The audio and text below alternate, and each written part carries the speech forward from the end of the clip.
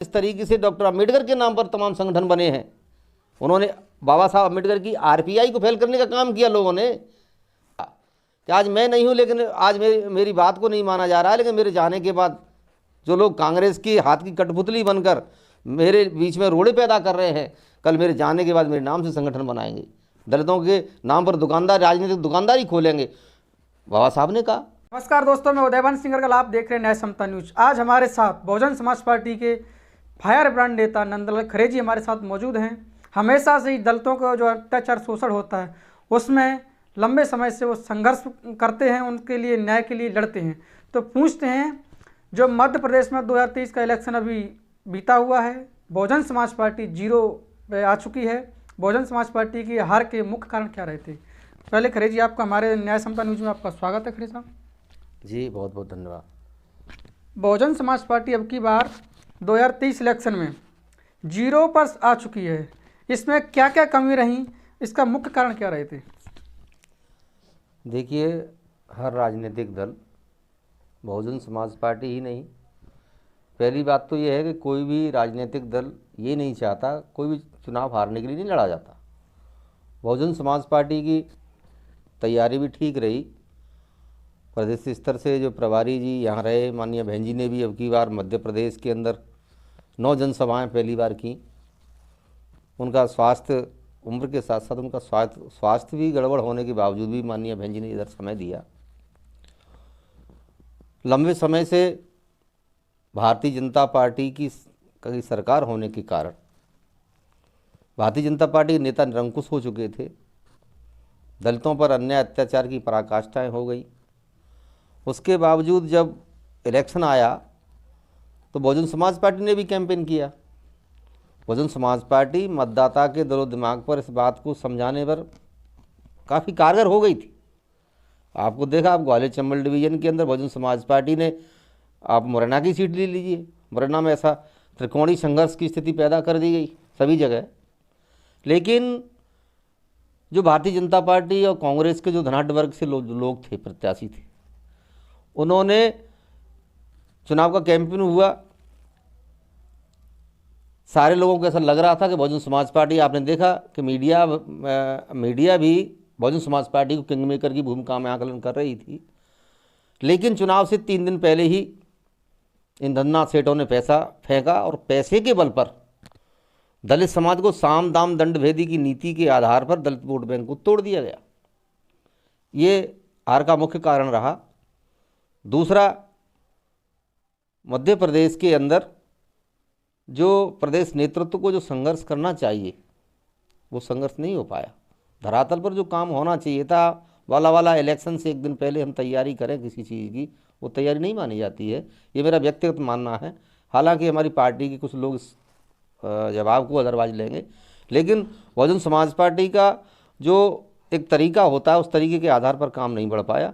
इस वजह से बहुजन समाज पार्टी का वोट पर प्रतिशत दर गिरा है।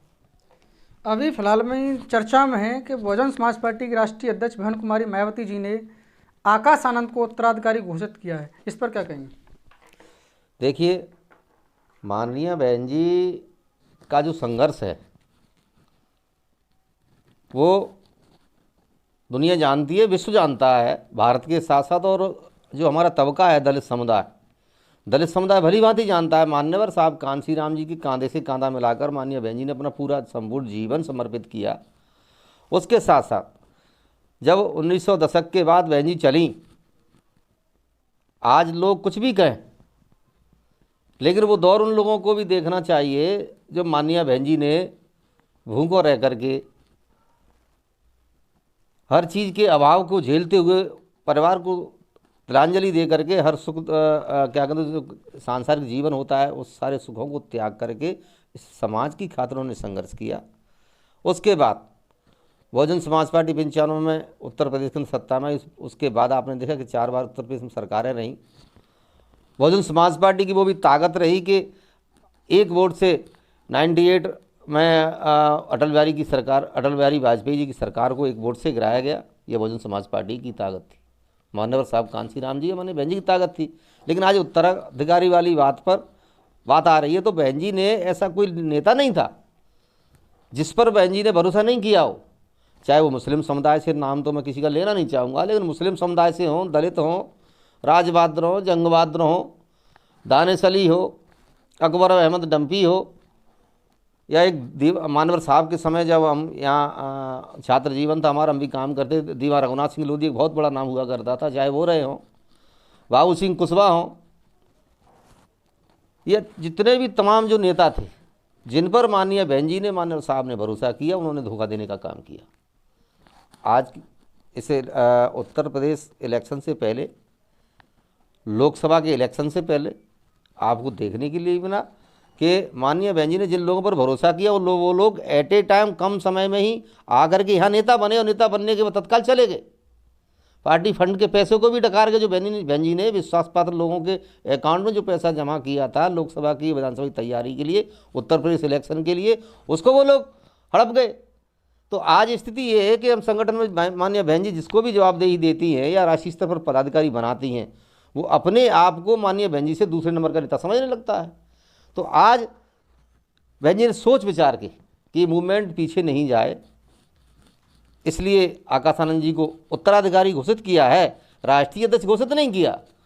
आज माननीय बहन जी काम लेंगे आकाश आनंद जी से, उनके मापदंडों पर खरे उतरेंगे तो, और युवा दलितों, बहुजनों और सर्वजन समाज के युवाओं में जो पैठ बढ़ेगी, युवाओं को जो कैंपेन करेंगे आकाश आनंद जी, उसके आधार पर आगे बढ़ेंगे। दलित समाज उनके माननीय बहन जी के इस कदम का स्वागत करता है, युवा वर्ग स्वागत करता है। मान्यवर कांसीराम साहब और बहन जी की जो सैद्धांतिक बायोलॉजी हैं जो बहुजन समाज पार्टी के लिए बनाए थे कि लोकतांत्रिक तरीके से उसमें चुनाव होना चाहिए, सभी पार्टियों में चुनाव होता है उत्तराधिकारी का, इसमें कोई विपक्ष में या कोई ऐसा लीडर नहीं है जो उनके बाद उत्तराधिकारी बनने के लायक हो, क्या परिवारवाद तक बहन जी सीमित है? अरे भाई, बहुजन समाज पार्टी अलग हटके राजनीतिक संगठन है। बहुजन समाज पार्टी वाला कांग्रेस से निकलकर जितने भी देश की आज़ादी के बाद कांग्रेस राजनीति में रही, लेकिन कांग्रेस जितने भी दल बने हैं वो दल, चाहे कोई सा भी दल हो, मैं नाम लेना नहीं चाहूँगा, वो सारे के सारे दल कांग्रेस से छिटक करके बने। कोई 4 सांसद लेकर के बना, कोई 20 विधायक को लेकर के बना, अपने नाम से पार्टियां बनाई, लेकिन बहुजन समाज पार्टी महापुरुषों के आंदोलन पर आधारित संगठन है, और आधारित संगठन जब होता है तो उसको तोड़ने की कोशिश की जाती है। आज तमाम जो संगठन बन रहे हैं, आप भीम आर्मी लो, तमाम जो भी सामाजिक संगठन, दलित आधारित जो संगठन है, मान्यवर साहब के नाम से, मान्यवर साहब का मुझे वो स्पीच याद है जो भोपाल के अंदर उन्होंने दिया था। मान्यवर साहब ने कहा था जिस तरीके से डॉक्टर अम्बेडकर के नाम पर तमाम संगठन बने हैं, उन्होंने बाबा साहब अम्बेडकर की आरपीआई को फेल करने का काम किया, लोगों ने, एजेंटों ने, कांग्रेस ने कराया।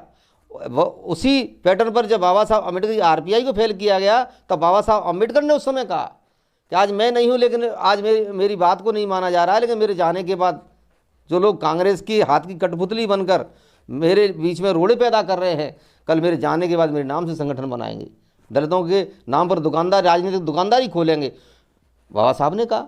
उसके बाद मान्यवर साहब कांसीराम जी का भाषण हमने खुद ने सुना भोपाल के अंदर 1998 के अंदर।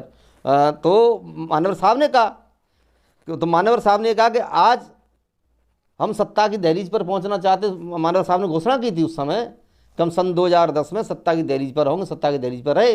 परमाणु करार पर जब सरकार गिरी तो बहुजन समाज पार्टी सत्ता के दरवाजे पर पहुंची, और उन्हीं हमारे ही दलित समाज के सांसदों को, भारतीय जनता पार्टी के 6 सांसदों को खरीद करके और माननीय बहन जी को प्रधानमंत्री बनने से रोका। तो आज भी वही चल रहा है। आज मान्यवर साहब दुनिया में नहीं है। मान्यवर साहब ने कहा कि जब मैं दुनिया में नहीं रहूँगा तो यही कांग्रेस और भारतीय जनता पार्टी के लोग मेरे नाम से संगठन बना करके बहुजन आंदोलन को रोकने का काम करेंगे। हमको संभल के चलना होगा।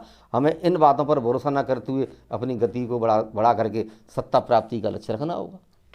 मध्य प्रदेश चुनाव में प्रधानमंत्री ने सभाएं की, अमित शाह जी ने सभा की, हर विधानसभा लेवल तक गए, और जितने शिवराज सिंह चौहान जो प्रदेश के मुख्यमंत्री उन्होंने सभाएं की, बड़े बड़े दिग्गज नेता उतरे, पर लेकिन बहुजन समाज पार्टी राष्ट्रीय अध्यक्ष बहन कुमारी मायावती जी ने ओनली सिर्फ मध्य प्रदेश में 9 सभाएं की। संभाग लेवल पर, विधानसभा लेवल पर जाने का क्यों नहीं जा पाई? विधानसभा लेवल पर क्यों सभा नहीं कर पाई? अरे भाई, आप एक राष्ट्रीय नेता का स्तर नहीं देखते हैं। विश्व की शीर्ष महिलाओं में माननीय बहन जी का नाम आया है। उसके साथ साथ आप ये देखिए, वो तो आप ये गनीमत मानिए कि माननीय बहन जी की सभा मुरैना में हुई लोकसभा इलेक्शन के बाद, बल्कि जहाँ सोनिया गांधी जी की सभाएं होती हैं वहाँ पर माननीय बहन जी की होती हैं। विश्व के जो सुरक्षा, मैं आपको एक मापदंड दिखाना चाहता हूँ, राजनीतिक मापदंड भारतीय राजनीति के अंदर जिन ऐसे देश के राष्ट्रपति, प्रधानमंत्री और उसकी कांग्रेस की जो वरिष्ठ नेता हैं श्रीमती सोनिया गांधी जी, जिस लेवल की सुरक्षा उनको है, उसके बाद देश के अंदर केवल एकमात्र नेता है माननीय बहन कुमारी मायावती जी, जिनके लिए जो सुरक्षा व्यवस्था माननीय बहन जी का जो स्तर है, एक मापदंड में वो कहना चाह रहा हूँ। बहन जी की सभा हुई, कैंपेन सारे दलों ने किया, हम लोगों ने भी किया, लेकिन आज का जो दौर है, जो आपको बीच में जो दौर नज़र आ रहा है, तो वो दौर एक ऐसा दौर है, आज संक्रमण का दौर है। बड़े लंबे समय के 15-18 वर्ष का शासन भारतीय जनता पार्टी का, भारतीय जनता पार्टी ने दलित ओबीसी को उस स्तर पर ला दिया है कि जिस तरीके से हिटलर का शासन हुआ करता था। हिटलर की ये सोच थी कि आम जनता को ऐसा कर दो कि वो सांस लेना भी सरकार का एहसान समझे। आज वही स्थिति हमारे समाज की हो चुकी है। आज हमारा समाज अपेक्षित हो गया। कुछ हमारे नेताओं की मध्य प्रदेश के अंदर खास करके ग्वालियर चंबल संभाग में निष्क्रियता रही। उन्होंने जो उन पर अन्य अत्याचार, तमाम तरह की जो समस्याएं पैदा होती उनमें उन्होंने बढ़ चढ़ करके हिस्सा नहीं लिया। नेता कर्तव्य बनता है बहुजन समाज पार्टी का कि जब बहुजन समाज पार्टी का कोर वोट बैंक जब उनको वोट करता है तो उनको सपोर्ट भी होना चाहिए, जो कभी डॉक्टर पीपी चौधरी साहब के समय हुआ करता था। हम लोग काम करते थे, काम तो आज भी कर रहे हैं, उस समय हुआ करता था। और आपने देखा जब पान सिंह हत्याकांड को हम लोगों ने उठाया तो कितना सहयोग रहा लोगों का, ये आपको भली भांति पता है। लेकिन आज वो असहाय महसूस किया उसने, और जब कैंपेन किया तो कांग्रेस और भारतीय जनता पार्टी ने पूरे साम दाम दंडभेद के आधार पर, जब हम लोगों को पता लगा, हमारे पास फ़ोन आए गाँवों से कि साहब फलाई जगह आ जाइए, फलाई जगह पर कांग्रेस के लोग इस तरीके का सिस्टम अपना रहे हैं। आज हमारे लोगों की गलतियाँ भी, आज उनको पश्चाताप हुआ इस बात का। कुछ लोग कांग्रेस के लहर के नाम पर बह गए कि हमें परिवर्तन करना है, भारतीय जनता पार्टी की लंबे समय की सरकार को नेस्तनाबूद करना है। कुछ वोट तो उस हिसाब से चला गया, लेकिन बाकी का वोट मनी मैनेजमेंट के आधार पर हमारे समाज को तोड़ने का काम किया गया, क्योंकि मीडिया ने दिखाना चालू कर दिया। और जो क्या कहते हैं, जो गुप्तचर एजेंसियां हैं, उन्होंने रिपोर्ट देना चालू कर दी कि बहुजन समाज पार्टी अब की बार मध्य प्रदेश, राजस्थान में और छत्तीसगढ़ में किंग मेकर की भूमिका में होगी। तो उन्होंने सबसे पहले, अब जौरा विधानसभा में उसका आपको उदाहरण देता हूँ, बहुजन समाज पार्टी का 48,000 कुछ 782 वोट पहले आया। जब हमने अब कैंपेन किया तो सारे लोगों की नज़र ये थी, सारे लोग, कांग्रेस के लोग ये कह रहे हमसे टक्कर है, और भारतीय जनता पार्टी के लोग ये कह रहे बहुजन समाज पार्टी से टक्कर है। सारे लोग बहुजन समाज पार्टी से श्री सोनिराम कुशवाहा जी टक्कर मान रहे थे। तब उन्होंने एक प्लान किया। वो प्लान ये था कि उन्होंने, दोनों ही दलों ने केवल कुशवाहा और जाटव को टारगेट किया। कुशवाहा जाटव को टारगेट करके किसी भी किस्म से साम दाम दंडभेद की नीति अपना करके हमें इस वोट को तोड़ना है, और उसमें काफ़ी हद तक कारगर भी रहे। उसके साथ साथ अन्य जो वोटर था, अदर ओबीसी का वोट, छोटी जातियों का वोट, वो वोट भी उस धारा में बह गया। इस कारण से हम लोग जौरा को हारे। सवर्ण में आप देख सकते हैं, सवर्ण में बहुत अच्छी पोजीशन में रहे। सवर्ण में तो उस प्रत्याशी की समाज के लोगों ने चुनाव हरा दिया। समापनी देखिए, कांटे का मुकाबला हुआ। दिमनी में तो भारतीय जनता पार्टी गुंडागर्दी के आधार पर जीती है। जनता ने तो जनमत वहाँ बहुजन समाज पार्टी के प्रत्याशी बलवी डंडोतिया को दिया है। पूरा सिस्टम देखता है। लेकिन आप कितनी विडंबना की बात है कि एक भी नेता भारतीय जनता पार्टी का, कांग्रेस का मुंह नहीं खोल रहा है। कहते हैं हमारे लोकतंत्र खतरे में। अरे भाई, असली लोकतंत्र तो केंद्रीय मंत्री श्री नरेंद्र तोमर जी भारतीय जनता पार्टी प्रत्याशी बने, वहाँ पर खुलेआम प्रशासन का सपोर्ट होने के बावजूद वहाँ दलित समाज को और ब्राह्मण समुदाय को वोट तक नहीं डालने दिया। तो ये स्थितियाँ निर्मित हुई, और इन स्थितियों के कारण आज मध्य प्रदेश के अंदर ये स्थिति निर्मित हुई है। लेकिन हम बहुजन समाज पार्टी हार मानने वाली नहीं है। आपने प्रश्न किया था कि लोकसभा चुनाव में आपकी क्या तैयारी होगी। लोकसभा चुनाव में माननीय बहन जी बहुत बारीक नज़र से स्टडी कर रही हैं, और स्टडी करने के बाद लोकसभा चुनाव में पुनः हम समाज के बीच में जाएंगे। उनको ये भरोसा दिलाया जाएगा कि बहुजन समाज पार्टी आपके हर सुख दुख में साथ रहेगी, और आप लोकसभा में माननीय बहन जी के लिए वोट मांगा जाएगा। जो बेस वोट माना जाता है बहुजन समाज पार्टी का, जो बेस वोट अब की बार कांग्रेस में दिखता नजर आया। जो वोट था बहुजन समाज पार्टी का, जिस वोट की दम पर बहुजन समाज पार्टी ने सीटें हासिल की मध्य प्रदेश के अंदर, पहले कांग्रेस की जो सरकार बनती थी, 60 साल तक शासन किया था कांग्रेस पार्टी ने, उसमें जाटव समुदाय का वोट कांग्रेस पार्टी में शिफ्ट था, उसमें था कांसीराम साहब ने बहुजन समाज पार्टी बना करके कांग्रेस को उखाड़ फेंक दिया था। लेकिन अब की बार फिर पुनः कांग्रेस में दलित समुदाय या जाटव समाज वोट शिफ्ट होता दिख रहा है, इस पर क्या कहेंगे? देखिए, हर इलेक्शन की परिस्थितियाँ अलग अलग होती हैं। चलो जौरा में हमारा वोट अधिक चला गया, जौरा में चला गया, मुरैना में चला गया, इसकी हम ये नहीं कहना चाहेंगे वो हमेशा के लिए चला गया। कुछ कमियां रही हमारे भाइयों की या संगठन के कुछ जिम्मेवार लोगों की, लेकिन बहुत हम पुनः मेहनत करेंगे। नई ऊर्जा के साथ माननीय बहन जी जो रणनीति बना करके देंगी, उस रणनीति पर अमल करेगा बहुजन समाज पार्टी के एक सिपाही। हम पुनः उसी ऊर्जा के साथ में, मैं तो ये कहूँगा कि मध्य प्रदेश के अंदर, रीवांचल में और इधर अपने चंबल अंचल के अंदर बहुजन समाज पार्टी ताकत में है, बहुत तादाद में वोट इधर है बहुजन समाज पार्टी का। तो यहाँ पुनः उसी ऊर्जा के साथ काम किया जाएगा। अभी इस महीने के बाद जो दिशा निर्देश मिलेंगे, माननीय बहन जी संगठन में भी शायद बदलाव कर सकती हैं या ना करें, ये उनके विवेक पर निर्भर करता है। हम सारे जो भी वर्तमान पदाधिकारी रहें या अन्य नए में बदलाव हो, जो भी आएगा, हम अब की बार ये इलेक्शन होगा माननीय बहन जी के सम्मान का, मान सम्मान का, इस देश के दलित समाज की अस्मिता का चुनाव होगा। और इसी संदेश को हम खास करके जाटव कम्युनिटी के अंदर उनको धरातल तक ले जाएंगे और गांव-गांव जाकर के समाज को समझाया जाएगा। आज देश के अंदर कहीं चमार बिरादरी का सम्मान है, स्वाभिमान है, तो वो माननीय बहन जी के नाम से जुड़ा हुआ है और बहन जी के नाम से वोट मांगेंगे। और ये अंतिम इलेक्शन माननीय बहन जी के सम्मान के लिए होगा, जिसमें बहुजन समाज पार्टी केंद्र में सत्ता हासिल करने के लिए संघर्ष करेगी। और उस संघर्ष को बिल्कुल एड़ी चोटी का जोर लगा करके, हमने तो अभी अपने मेरे एक मित्र का फ़ोन आया था जो दिल्ली रहते हैं, मैंने उनसे कहा कि अब की बार कि आपका स्वास्थ्य ठीक है क्या? मैं स्वास्थ्य तो ठीक है, भले स्वास्थ्य गड़बड़ हो, लेकिन अब की बार हम जैसे वर्कर ज़मीन पर जा कर के पुनः 1 महीने के अंतराल के बाद, सर्दी गर्मी बरसात को नहीं देखा जाएगा। 1 महीने के अंतराल के बाद माननीय भाई जो भी स्टेप लेती हैं, उसके बाद हर मजरे टोले पर जा करके हम कैडर कैंप मीटिंग के माध्यम से समाज के बीच में पहुंच करके विश्वास अर्जित कर उनको समझाने की कोशिश करेंगे। और वो समझेंगे, हमें भरोसा है वो समझेंगे। विधानसभा की परिस्थितियाँ अलग होती हैं, लोकसभा की अलग होती हैं, और पुनः उसी ऊर्जा में आएंगे।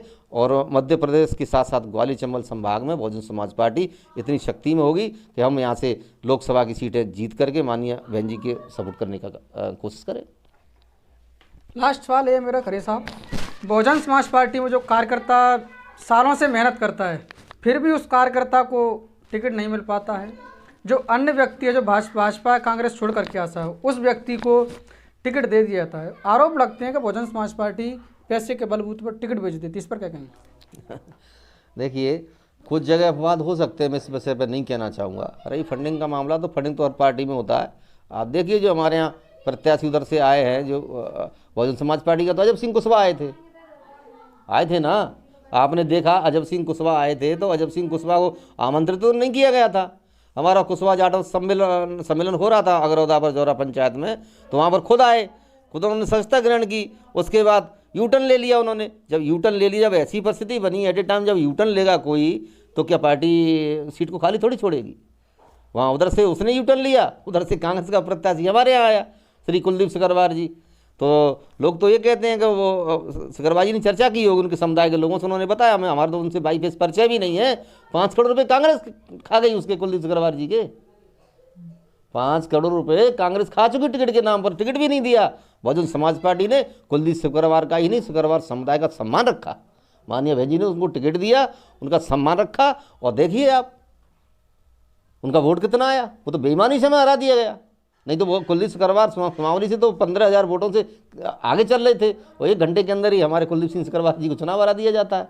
तो आपका ये जो प्रश्न है वो ठीक नहीं है। बहुजन समाज पार्टी किसी से कोई पैसा नहीं लेती है, बहुजन समाज पार्टी संघर्ष करती है, और प्रतिनिधि जन टिकट 1-2 टिकट या 4-6 टिकट तो ये एट ए टाइम हर दल के अंदर होते हैं। कांग्रेस को दो, कांग्रेस में कितने लोग गए, कितने लोग भारतीय जनता पार्टी कांग्रेस में आए, ये राजनीति है, चाहे ऐसा तो चलता रहेगा।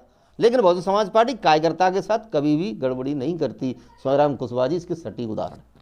आप अम्बा में जाइए, जीत हार एक अलग विषय। रामवरण किरार जी है जो सखवार समुदाय से आते हैं, वो हमारी पार्टी की जमीन क्या करता रहे, विधानसभा अध्यक्ष रहे, पार्टी ने उनको टिकट दिया, आप जाकर के पूछिए। तो ये नहीं। बहुत बहुत धन्यवाद खरे साहब। खरे साहब बता रहे हैं कि अब की बार 2024 इलेक्शन है, तो बहुजन समाज पार्टी इतनी मजबूती के साथ नए चेहरा जो उत्तराधिकारी बनाया है आकाश आनंद को, उसके माध्यम से बहुजन समाज पार्टी 2024 का इलेक्शन लड़ेगी।